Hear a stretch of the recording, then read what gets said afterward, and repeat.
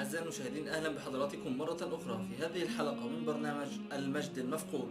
كلنا يعلم أن مكتشف الأمريكيتين هو كريستوفر كولومبوس، هذا البحار الإيطالي الذي استطاع أن يعبر المحيط الأطلسي تحت لواء ملك أسبانيا، وكان بداية لوصول البيض الأوروبيون إلى هذه الأراضي الجديدة، هذه الأراضي التي كانت مجهولة للعالم في هذا التوقيت. واستطاعت هذه المجموعات الأوروبية أن تنشر الحضارة وسط هذه الشعوب الهمجية الوحشية التي تسمى بالهنود الحمر.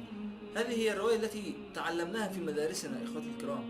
فنحن نعلم أن الهنود الحمر فقط هم قوم همجيون، هم قوم غوغائيين. هذه رواية لا تمت للحقيقة بصلة، فهم لم يذكروا لنا أن الأوروبيون أبادوا عشرات الملايين من الهنود الحمر، وربما كثير منا لا يعلم أن لهذه الأرض صلة كبيرة بالمسلمين. بدأت في القرن الأول الهجري حينما وقف عقبة بن نافع على شاطئ المحيط الأطلسي وهو يقول: اللهم لو كنت أعلم أن خلف هذا البحر أرضا لخضته إليها في سبيلك حتى أعلي عليها كلمة لا إله إلا الله. كانت هذه أول وهلة فكر فيها المسلمون فيما بعد هذا المحيط، فيما بعد هذا البحر الكبير، ماذا بعده؟ ثم في القرن الرابع الهجري ذكر المؤرخ المسعودي في كتابه مروج الذهب ومعادن الجوهر المكتوب عام 956 ميلاديا أن أحد المغامرين من قرطبة واسمه الخشخاش بن سعيد بن الأسود عبر بحر الظلمات مع جماعة من أصحابه إلى أن وصل إلى الأرض وراء بحر الظلمات، ورجع سنة 889 ميلاديا. وقال الخشخاش لما عاد من رحلته بأنه وجد أناسا في الأرض التي وصلها، ولذلك لما رسم المسعودي خريطة للعالم رسم بعد بحر الظلمات أرضا. كان ذلك في القرن الرابع الهجري والقرن التاسع الميلادي، أي أنه في القرن التاسع الميلادي كان المسلمون يعرفون أن خلف هذا البحر الكبير أرضا وأناسا يعيشون على هذه الأرض. أما في القرن الخامس الهجري قام الشيخ البربري ياسين الجازولي والد الشيخ عبد الله بن ياسين مؤسس جماعة المرابطين، فقطع المحيط الأطلسي وذهب إلى المناطق شمال البرازيل مع جماعات من أتباعه وقام فيها بنشر الإسلام، وأسس منطقة كبيرة كانت تابعة لدولة المرابطين. ولا تزال هناك مدن تحمل أسماء مدن إسلامية مثل تلمسان ومراكش وفاس، إلى اليوم موجودة هذه المدن. وتتوالى القصص والحكايات عن المسلمون الذين عبروا هذا المحيط ووصلوا إلى هذه الأرض وقاموا بالدعوة إلى دين الله عز وجل ونشر دين الإسلام لإعلاء كلمة الله عز وجل. وفي عام 1327 ميلاديا ذكر المؤرخ الإسلامي شهاب الدين العمري في كتابه مسالك الأبصار وممالك الأمصار بأن سلطان إمبراطورية مالي المسلم منسى موسى رحمه الله لما ذهب للحج عام 1327 ميلاديا أخبره بأن سلفه أي الملك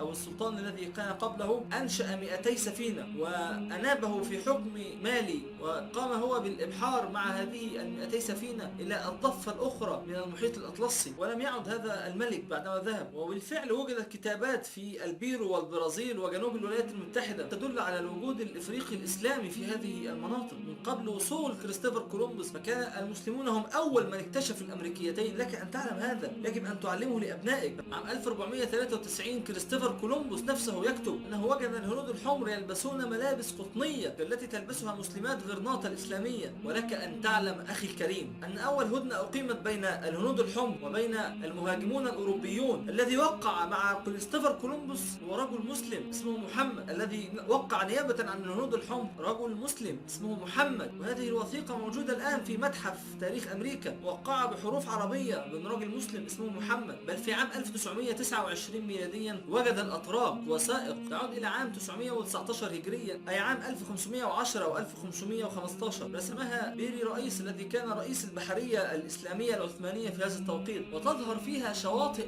أمريكا بالكامل، الشواطئ الأمريكية والشواطئ البرازيلية، بل وتظهر أيضا مجموعة من الجبال والأنهار الموجودة في هذه القارة التي لم يكتشفها الأمريكون إلا بعده ب40 سنة عام 1550. فالوجود الإسلامي في الأمريكيتين هو من قبل أن يهاجمها الأوروبيون، واستطاع المسلمون أن يتعايشوا بسلام مع الهنود الحمر وأن يبنوا معهم علاقات مصاهرة وزواج. ودخل كثير من الهنود الحمر في الإسلام وكانت تقدر أعدادهم بالملايين، إلى أن وصل الأوروبيون إلى هذه البلاد وعاثوا في الأرض فسادا وقاموا بقتل الأطفال والنساء والشيوخ. بل إن الأوروبيون قاموا بجلب المسلمون الأفارقة لما احتاجوا إلى أيدي عاملة، فأبحرت سفنهم إلى غرب إفريقيا وقاموا بمهاجمة القبائل المسلمة في هذه البلاد، وقاموا بأسر مجموعة كبيرة من القبائل الإفريقية الإسلامية وأخذوها عنوة إلى الأمريكيتين. وقام الأوروبيون الغزاة بحملة إبادة استطاعوا فيها أن يقتلوا ملايين الهنود الحمر وملايين المسلمين الذين يعيشون في هذه البلاد. إخوتي في الله، يجب أن نعلم جيدا أن المسلمون هم أول من وصلوا إلى الأمريكيتين. لك أن تعلم أن السنة التي وصل فيها كريستوفر كولومبوس إلى الأمريكيتين عام 1492 ميلاديا هي نفسها السنة التي سقطت فيها غرناطة آخر معقل للمسلمين في الأندلس على يدي الصليبيان فرناندو الثاني وإيزابيلا الأولى، إيزابيلا القذرة التي تفتخر بأنها لم تغتسل في حياتها إلا مرتين، عند ولادتها وعند زواجها. فأراد هؤلاء الصليبيان أن يسحقوا المسلمين في أمريكا كما سحقوهم في الأندلس، كما قتلوهم في الأندلس. يجب أن نعلم هذه الحقائق جيدا. يجب أن يعلم الجميع أن هؤلاء الذين يدعون الحرية والديمقراطية يجب أن نعلم أنهم مجرمون، ليس عندهم إنسانية. كيف يقتلون النساء والأطفال، كيف يبيدون شعبا بأكمله، لم يتبقى من الهنود الحمر إلا القليل، فهم عمدوا إلى إبادة هذا الشعب فلم يتبقى منه إلا القليل. يجب أن نعلم هذه الحقائق جيدا، وأن المسلمون هم الذين استطاعوا أن يعيشوا بسلام مع الهنود الحمر. فديننا هو دين السلام، دين الحرية، دين العدالة، ليس الإرهاب كما يدعون، بل هم الإرهابيون، بل هم من يستحقون هذا اللقب بجدارة. كلنا يعلم الآلة الوحشية الأوروبية الاستعمارية التي دمرت بلادنا في العصر الحديث. وكمثال على هذا ما فعله الإيطاليون بليبيا الشقيقة عام 1911 عندما أرسلت إيطاليا بوارجها الحربية وسفنها لاحتلال الأراضي الليبية وظنوها مستباحة، فإذا بهم أمام جبل أشم